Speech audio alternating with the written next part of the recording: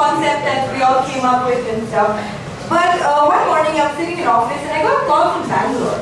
And it was really random because it was some calls from Bangalore saying, "Hi, my name is CK and I'd like to come to Delhi and participate."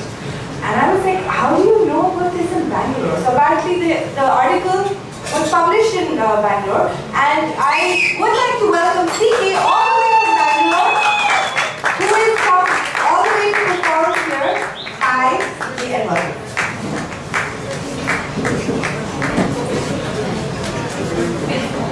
Thank you, Sangeeta. Can you hear me? Yes. Well, let me tell you the real reason why I'm here. 3 weeks ago, Sangeeta called up the most accomplished humorist in India and told him, "Look here, we're having this LOL night. Will you please come?" He said, "I'm sorry, I'm busy, I can't come." Then she called the most talented humorist in India and he too said, "No, I cannot come." Sangeeta was disappointed. She said, "Let me get some cosmetic touch." And she called the most handsome humorist in India and he too said no. Just yesterday, believe me, she called me and said, "CK, you must come." And I thought, how can they say no to Sangeeta 4 times in a row?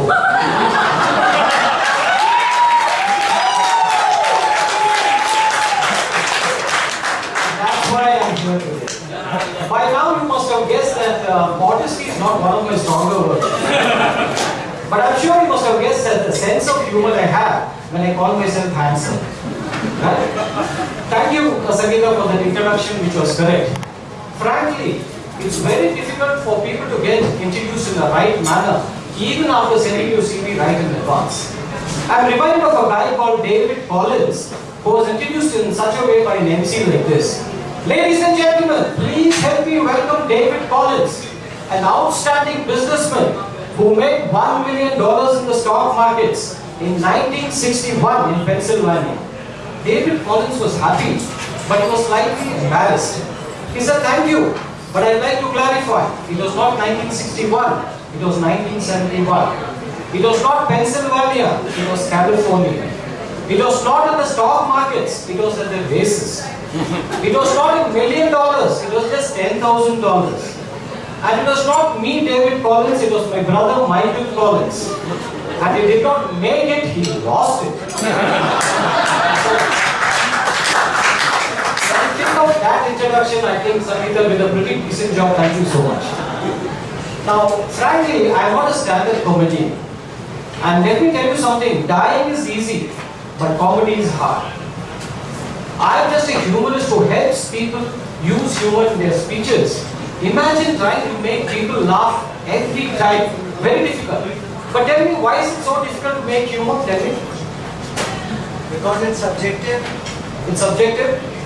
And why don't people use humor in the first place? Tell me. They might fail, isn't it? The first thing that comes to you is "I bomb." And that's what they use. And why should we use humor in daily life? Tell me. Life is so stressful. I come from Bangalore where there are a lot of IT folks. And I had a couple of them and I asked them, "What did you have for breakfast this morning?" And they said, "Oh, the usual argument." Life is so stressful today, right? And you don't have to go around looking for Reader's Digest or something to look at humor. It happens in daily life. It happens right in front of you. When I was in school, one of my friends was not doing well in studies. So my class teacher called his father the next day to the class. And in front of everybody, he told his father, "Your son is belligerent, cantankerous, and boisterous." The father didn't know what hit him. He said, "Please tell me whether my son is good or bad." I don't know whether to slap him or pat him. So what's the point in using all these high thunder words when people cannot understand what you're trying to say? So what is humor? Is the ability to make the other person laugh without hurting somebody's feelings. And I always believe we should not resort to humor when we take a dig at all these communities. Right? I'll come to that a bit later. But let me tell you something. There are 3 aspects to oral communication: intent, content, and impact. Intent is what you think, content is what you say, and impact is what you understand what I say. Most of the time these things are different, isn't it? I think something, I say something, you understand something totally different. Does it happen or not? Yes. Like a professor telling a class of students, "Hey, why are you looking outside at the monkeys when I am here, man?" Very, very difficult, isn't it? He He wanted you to pay attention, but you think, well, this monkey is why are you looking at other monkeys? I'm fond of telling this in every session of mine. And once a lady got so excited, she came and said, CK, what a fantastic example. I'm going to tell my husband, I'm going to tell my friends, I'm going to tell my colleagues. I was very happy. It was a compliment, right? 3 months later, I bumped into her at a party like this. She comes and says, oh CK, how nice to see you. You know something? After that wonderful show of yours, whenever I see a monkey, I think of you. Now that was supposed to be a compliment, right?